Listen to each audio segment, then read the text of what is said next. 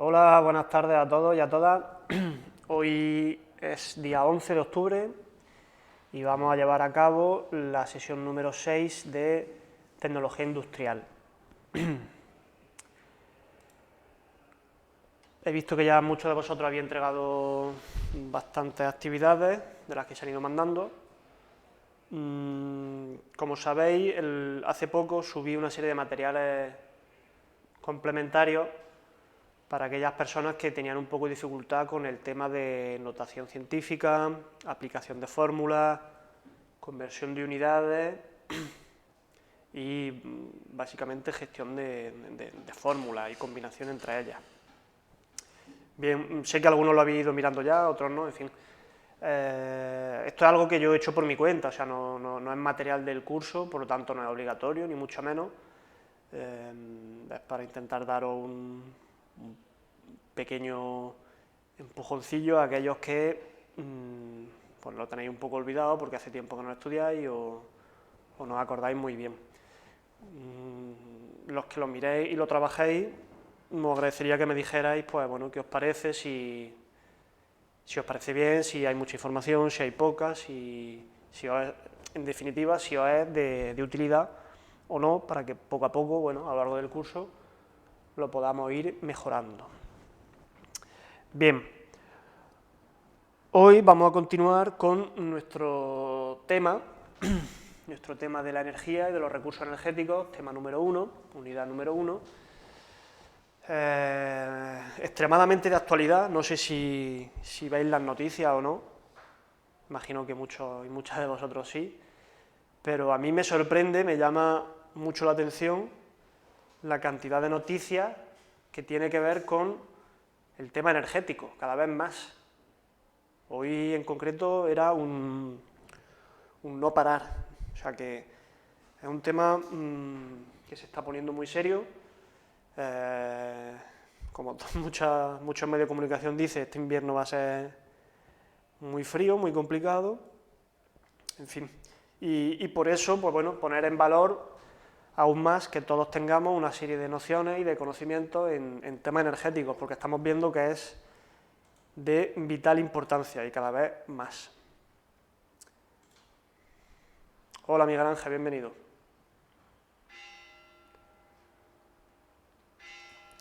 Bien, hemos hablado de diferentes tipos y formas de energía, hemos explicado el principio básico de la generación de la energía eléctrica y hemos abordado diferentes tipologías de centrales eléctricas. Centrales eléctricas son los lugares, las instalaciones en las que se fabrica, se genera esa energía eléctrica que luego nosotros consumimos. El último tipo que vimos ayer era el tipo de central eléctrica undimotriz, mareomotriz, y hablamos también de la biomasa. Central geotérmica, biomasa y el uso o la generación doméstica de energía para principalmente autoconsumo. Bien, antes de empezar en lo que hoy nos atañe, me gustaría hacer unas pequeñas aclaraciones a título de conclusión sobre todo lo que hemos visto con las diferentes fuentes de energía. Ya lo hemos visto todas, sus ventajas, sus inconvenientes, y a mí me gustaría recordar ciertas cosas. Bien, lo primero, deciros que una energía renovable no tiene por qué ser una energía limpia o una energía neutra, que no tenga ningún impacto. Una energía renovable, que es un término que se utiliza mucho y que tiene muy buena fama, ¿no? Todos escuchamos renovable y parece que es algo estupendo. Bueno, lo es, pero tenemos que ser conscientes de que renovable quiere decir que potencialmente no se agotará. Podemos utilizarlo, creemos, en una serie de tiempo ilimitado, ¿vale? No es como, por ejemplo, los combustibles fósiles, petróleo, carbón, etcétera, que sabemos que son limitados. ¿Qué quiero decir con esto? Que, por ejemplo, una energía que nosotros consideramos, podemos considerar renovable, ¿no? Pues, por ejemplo, algún ejemplo que se te venga a la cabeza, Juanjo, de energías renovables que hemos visto estos días. La energía eólica, ¿no? Los aerogeneradores. Bien, pues un ejemplo muy bueno. ¿Se considera energía renovable? Sí. ¿Es una energía neutra? No. ¿Por qué? Porque primero, para construir los aerogeneradores hemos necesitado energía previamente. Hemos tenido que explotar yacimientos de materiales para conseguir extraer los materiales que necesitamos para construir los aerogeneradores. Para despejar el suelo donde se va a hacer el parque eólico, hemos tenido que deforestar probablemente una zona, hemos tenido que crear carreteras, hemos tenido que hacer una serie de cosas que llevan asociado un consumo de energía y unas emisiones. Evidentemente, para hacer una carretera que llegue hasta el parque eólico, pues vamos a generar muchas emisiones, de toda la maquinaria, incluso de los materiales, ¿no? Las mezclas bituminosas, llamada alquitrán, eso lleva petróleo, o sea, Lo que quiero decir es que, aunque, bueno, por no hablar de los residuos luego, cuando esos aerogeneradores ya no son útiles, se convierten en residuos que hay que tratar de forma lo más eficiente posible. Entonces, cuando están en funcionamiento, la energía en sí no está generando emisiones directas, pero no podemos decir que es una energía neutra, que no ha tenido ningún impacto, porque no es cierto. Lo ha tenido antes, lo tiene durante y lo tiene después. Lo que pasa es que no está generando emisiones directamente en ese momento. Por lo tanto, y para terminar un poco con este análisis que venimos haciendo en los últimos 2-3 días, yo creo que hay que analizar las diferentes fuentes de energía desde 4 criterios, que serían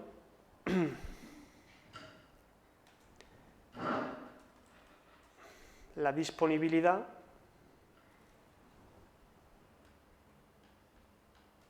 si no disponemos de una fuente de energía, no tiene sentido empeñarse en utilizarla, ¿no? Dijimos, por ejemplo, la energía geotérmica, que en España pues, que no había grandes yacimientos, disponibilidad más que reducida. Otro aspecto, otro criterio, las emisiones, directas o indirectas, emisiones de gases CO2, de gases de efecto invernadero, me refiero. Los residuos que se pueden generar durante la creación de la central y después, un ejemplo, los aerogeneradores, paneles fotovoltaicos, son residuos de difícil tratamiento, de difícil gestión. Y por último, el impacto ambiental de esa energía, ¿vale? Estos son los 4 criterios primordiales que tenemos que aplicar a la hora de evaluar la idoneidad de una determinada fuente de energía. Dicho esto, cualquier acción que llevamos a cabo hoy en día está asociada a un consumo de energía y por lo tanto está asociada a unas emisiones. No hay nada que podamos hacer nosotros hoy en día que no esté asociada a un consumo de energía. Estamos cargando el teléfono móvil, estamos desplazándonos en coche, cualquier cosa que hagamos estamos consumiendo energía, por lo tanto estamos generando emisiones. Hay emisiones asociadas a todo lo que hacemos hoy en día, ¿vale? Que no se nos olvide eso y tengamos en cuenta que, por lo tanto, cualquier medida de ahorro de energía constituye un ahorro en emisiones. Si, por ejemplo, en vez de cargar el teléfono 4 veces, lo cargo 2, estoy consumiendo menos energía, por lo tanto, estoy reduciendo las emisiones, estoy reduciendo lo que se conoce como tu huella de carbono, que es como se llama al volumen de emisiones que está asociado a tu actividad. Estos son criterios para analizar la idoneidad del uso de una determinada fuente de energía. Básicamente para analizar si conviene o no conviene utilizar esa fuente de energía. Algunos pueden tener mucho impacto ambiental, por ejemplo las placas solares las ponen en un tejado y no lo tienen, en un molino sí, ¿no? ¿Cómo? Que Perdón. unos tienen unos beneficios y otros otros, ¿no? Claro, sí, o sea, no hay una fuente de energía perfecta, idónea, maravillosa que cumpla todos los criterios al 100%, está claro. Entonces, por eso hay que analizar, hay que ir un poco caso por caso y analizar en cada lugar, en cada contexto, qué energía o qué combinación de diferentes fuentes de energía sería óptimo, ¿vale? Hacia eso nos dirigimos cuando hablamos de transición energética. Bien, hoy ya cerramos con este tipo de descripciones de fuentes de energía y hoy nos vamos a centrar en el transporte, la distribución y el consumo de la energía eléctrica, es decir, algo ya pues más cotidiano, algo más del día a día. Como dijimos, la energía que se produce en la central eléctrica se transporta y se distribuye hacia los centros de consumo, las ciudades, los pueblos, la industria, etc. Para ello necesita de una red que se divide en dos categorías. Por un lado está la red de transporte. La red de transporte serían las líneas eléctricas que llevan la electricidad desde la central eléctrica hasta los centros de consumo. Ojo con esto porque los centros de consumo no quiere decir nuestra casa directamente, quiere decir, vamos a llamarlo como a las puertas de la ciudad o a las puertas de X zona industrial, ¿vale? Esa alta tensión, esa red de transporte está asociada a una corriente que se transporta por alta tensión. Esa alta tensión corresponde a voltajes que están entre 30 y 380 kilovatios. Aquí hablamos de 110, 380.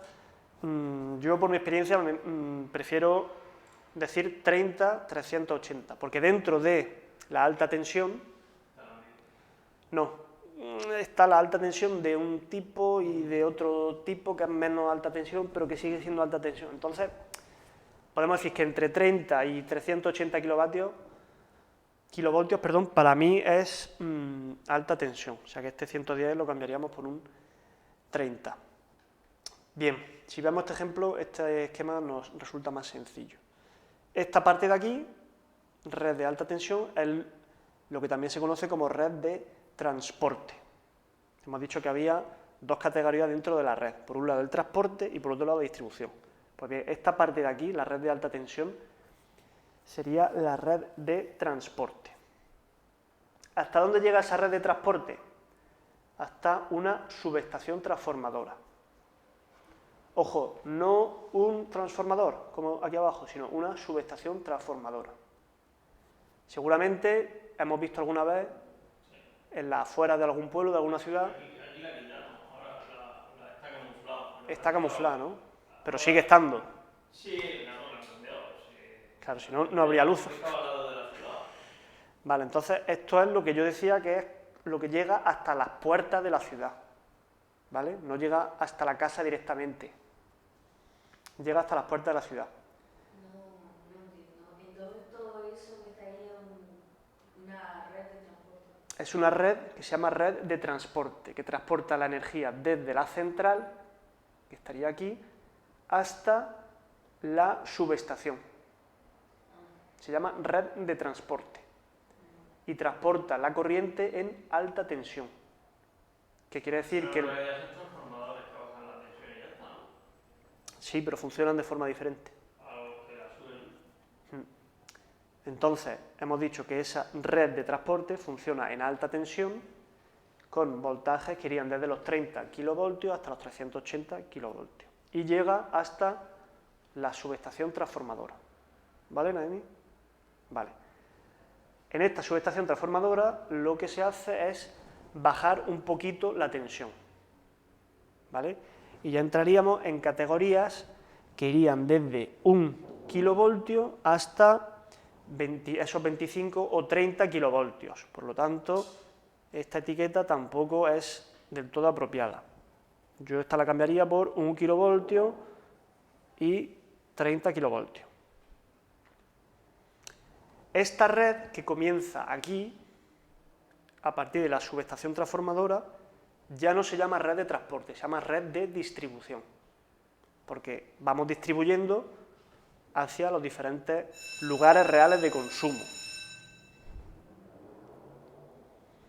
Entonces la red de distribución comienza en la subestación transformadora y va hasta los transformadores individuales. Estos transformadores individuales vuelven a bajar la tensión, que antes era media tensión, entre 1 kilovoltio y 25 kilovoltios o 30, y la bajan a valores de 120, 220, 380 voltios, no kilovoltios. Esto, pues bueno, sí, está bien, 125, 220 son... Pero que eso realmente está en los edificios. Cada edificio suele tener su transformador. Claro, claro. Cada edificio suele tener su transformador, cada manzana suele tener su transformador, más o menos ese es el orden de magnitud. ¿Vale? ¿Cuánto es que vuelve a bajar la tensión? La media tensión, que es la que sale de la subestación transformadora, llega a un transformador individual. Individual no quiere decir de una casa solo, quiere decir que está solo el transformador para un grupo de viviendas. Y ahí la tensión pasa a ser del orden de entre 125, 220 voltios, en algunos lugares 340 o 380. Pero bueno, 125, 220 voltios está bien para lo que es la baja tensión. Vale, esa tensión de 125, 220 más o menos, es la tensión que nosotros podemos utilizar, es la que soportan nuestros electrodomésticos, nuestra lavadora, nuestra tele. Si le metiésemos 25 kilovoltios a la tele, te quedas sin tele, vaya, en un segundo. Entonces, recapitulando, red de transporte es la que va desde la central hasta la subestación transformadora. Es una red que trabaja en alta tensión y hemos dicho que la tensión puede ir aproximadamente entre 30 y 380 kilovoltios. A continuación comienza la red de distribución, que va desde la subestación transformadora hasta los núcleos de vivienda. Y dentro de esa red de distribución tenemos una primera parte que funciona en media tensión. Media tensión, hemos dicho, entre 1 y 25 o entre 1 y 30 kilovoltios. Esta red de distribución funciona en media tensión hasta llegar al transformador individual o particular y luego trabaja en baja tensión, que hemos dicho que ya son 125 o 220 voltios, o incluso 380, que ya es la tensión que nosotros utilizamos en casa. ¿Vale? Sería un poco el esquema. Ahora yo lanzo una pregunta. ¿Por qué creéis que se transporta esa electricidad en tensiones tan altas? Si cuando aquí se genera desde el principio la generación ya entre 3 y 36 kilovoltios. ¿Por qué subimos para transportarla para luego volver a bajarla? Por las pérdidas.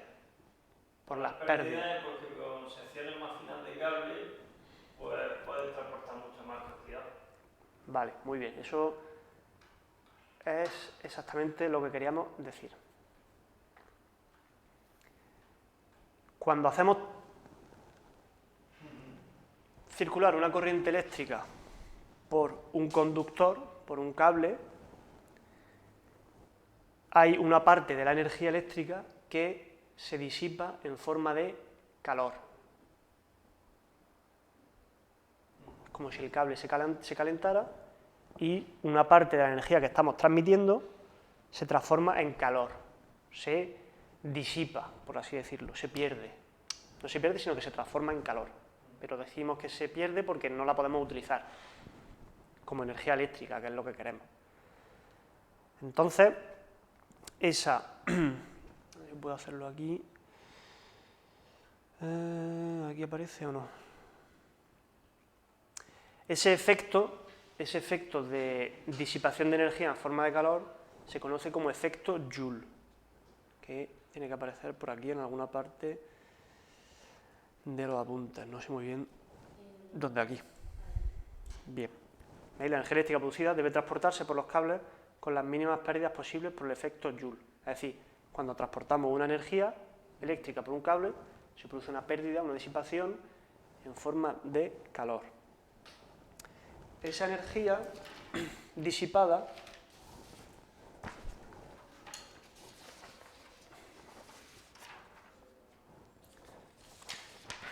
un segundo.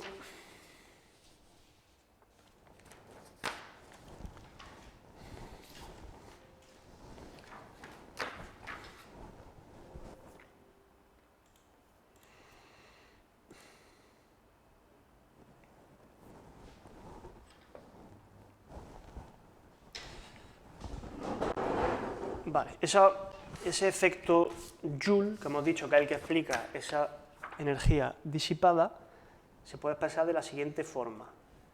La potencia disipada, no la potencia generada, la potencia disipada en forma de calor es igual a la resistencia. Sabemos que todo material para conducir una corriente eléctrica ofrece una resistencia que es proporcional a su longitud y a su diámetro, por la intensidad de corriente al cuadrado. ¿Vale? Por lo tanto, sabemos que a mayor intensidad de corriente, la potencia disipada será mayor. Pero nosotros sabíamos, una fórmula que vimos ya en los primeros días, que en general, si tenemos una corriente con una potencia asociada, esa potencia, que no va a cambiar, que va a ser la misma, es igual al producto del voltaje por la intensidad de corriente.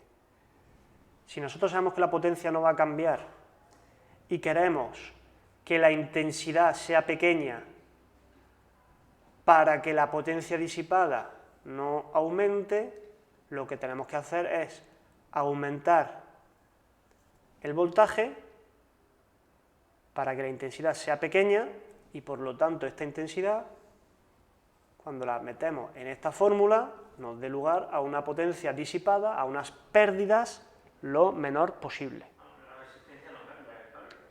La resistencia no cambia, lo que cambia es el voltaje de esa corriente, pero el cable es el mismo. ¿Vale? Por eso buscamos, sobre todo para grandes distancias, voltajes muy elevados, para que, lógicamente, si esto es constante, si la potencia es constante, si aumentamos el voltaje, disminuye la intensidad. Si esa es la intensidad que hacemos circular, la potencia disipada por el cable será menor. No confundamos esta potencia disipada con esto, no es lo mismo, ¿vale? ¿No lo entienden, Noemí? Vamos a ver. La potencia disipada, estamos hablando de la potencia perdida. La potencia disipada es la potencia perdida, son las pérdidas. Pero esta fórmula para... Esta fórmula es para explicar por qué transportamos la energía en alta tensión. Alta tensión quiere decir en valores muy altos de V muy grande. Hemos visto antes que la alta tensión estábamos entre 25 kilovoltios y 380, creo que he dicho, ¿no? La potencia disipada, cuando hablamos el otro día, por ejemplo, de un motor que convierte calor, convierte ruido y todo eso, ¿no? Claro, sí. Las pérdidas, esto si queréis, en vez de llamarlo potencia disipada, lo llamamos pérdidas. Estas pérdidas son iguales a la resistencia por la intensidad de corriente que hacemos circular. ¿Vale? Nos olvidamos de esto, si queréis. Si nosotros estamos trabajando con una potencia que es constante, imaginaros que la potencia vale siempre 100 vatios. Si nosotros le metemos aquí 50 voltios, esto va a ser 2 amperios. 50 por 2 igual a 100. ¿Vale, Naemi? Si con una misma potencia nosotros aumentamos el voltaje, en vez de 100, no sé, ponemos, venga, 100 voltios, esto va a ser 1 amperio. Esto equivale a I, esto es la I, ¿vale? La intensidad. ¿Sí, Naemi? ¿Qué hemos hecho? Hemos aumentado el voltaje. Si aumentamos el voltaje, disminuye la intensidad. Como yo sé que cuando disminuye la intensidad, disminuyen las pérdidas, eso me interesa, porque yo lo que no quiero es perder energía. ¿En qué caso habría más pérdidas? ¿En este que hay 2 amperios de intensidad de corriente o en este que hay 1 amperio de intensidad de corriente? Si miramos esta fórmula. En el de 2 amperios habría más pérdidas que en el de 1 amperio. ¿Vale? Estos son números que yo me he inventado, simplemente para que sepamos que utilizamos altos valores de tensión, utilizamos alta tensión para transportar la energía porque nos permite tener menos pérdidas de energía en el transporte.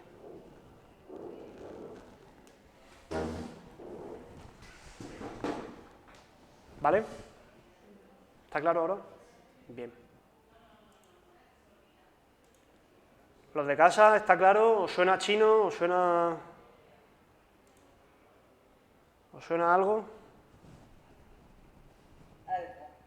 Algo. Ya te aclarará. Miguel Ángel lo tiene clarísimo. Ahí hay mucha variedad, en esta clase. Pues suerte tiene. Suerte tiene. Bien, lo que tenemos que retener es eso, es que el efecto Joule, ¿en qué consiste? Es que hay una pérdida de energía en forma de calor cuando hacemos circular una corriente eléctrica por un conductor y que trabajamos en alta tensión, es decir, aumentamos los valores de la tensión para reducir las pérdidas relacionadas con el efecto Joule.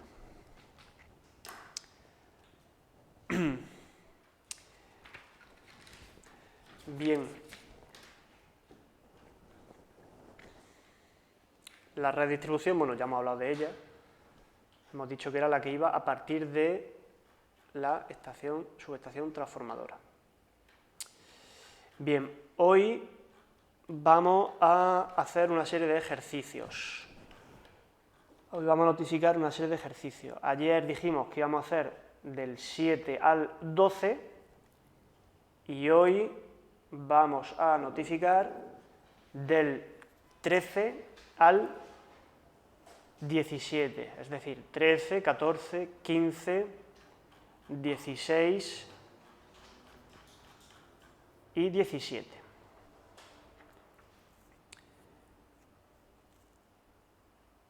Quiero o me gustaría, al menos los que estamos aquí o en casa, que leamos el enunciado del ejercicio 17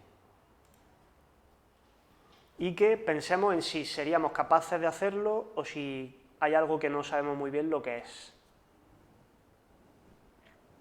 Sin ningún tipo de miedo, porque si queréis podemos hacer un ejemplo aquí en clase de un ejemplo parecido.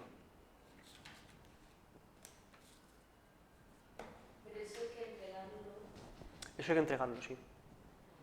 Eso es fácil.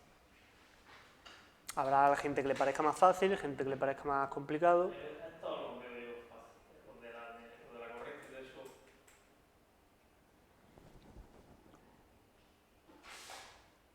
A ver, los de casa. ¿Parece bien? Sí. ¿Queréis que hagamos un ejemplo o lo dejamos por aquí? ¿Vamos a hacer un ejemplo? Venga. Naemi ha pedido un ejemplo. Sara, ¿tú te unes al ejemplo también o no? Pues sí. Pues sí, ya que estamos, ¿no? Iba a decir que no, pero si alguien ha dicho que sí, pues sí. Pero si no pasa nada por decir que sí. Si es que estamos para eso. Si a mí me van a pagar lo mismo. Muy poco, por cierto.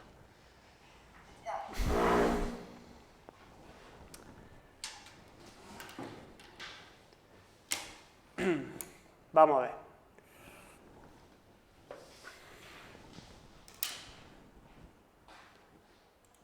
Vamos a poner la cámara. ¿Veis bien? Sí, ¿no? ¿Se ve bien, Juanjo? ¿No? Bien.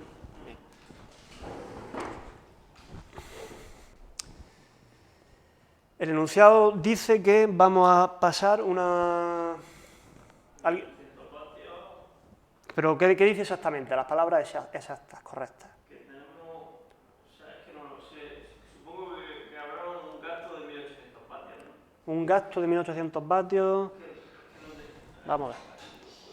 Vamos a ver. Un conductor transporta una corriente eléctrica de 1800 vatios. Bueno, nosotros vamos a cambiar los datos porque si no ya sería un regalillo. Vamos a decir que un conductor transporta una corriente de una potencia asociada de 1000 vatios en vez de 1800. Cuando nos estén dando un dato en vatios, nosotros ya sabemos que los vatios son potencia. Por lo tanto, podemos decir que la potencia son, ¿se ve? ¿No se ve? Sí se ve. 1000 vatios. Nos dice que lo hace con una tensión, no me la voy a inventar yo, vamos a decir que la tensión es de 220 voltios. Cuando nos dicen voltios, nosotros ya sabemos... ¿Es qué? ¿Perdón? ¿Nos pregunta la corriente? Vamos a analizar primero los datos que nos dan. Nos dicen que la tensión eléctrica es de 180 voltios. Bueno, yo voy a decir que la tensión eléctrica es de 220 voltios. Dijimos que los voltios eran la medida de la tensión eléctrica. 180, perdón, yo voy a decir 220 voltios. Y nos piden que calculemos la tensión, perdón, la intensidad eléctrica. Cuando hablamos también de la energía eléctrica, clase 2 o clase 3, también hablamos de lo que era la intensidad, que dijimos que se medían amperios. Nos piden que la calculemos. Bien, nosotros hemos visto también en la clase 2 o 3, vimos cómo, creo que en la clase 2, minuto 26, vimos cómo manejando dos fórmulas podíamos llegar a utilizar otra fórmula. Dijimos que la energía era, perdón, que la potencia era la energía partida por el tiempo, ¿sí o no? Y está mirando el móvil. Sí, ya es que estoy haciendo la cuenta.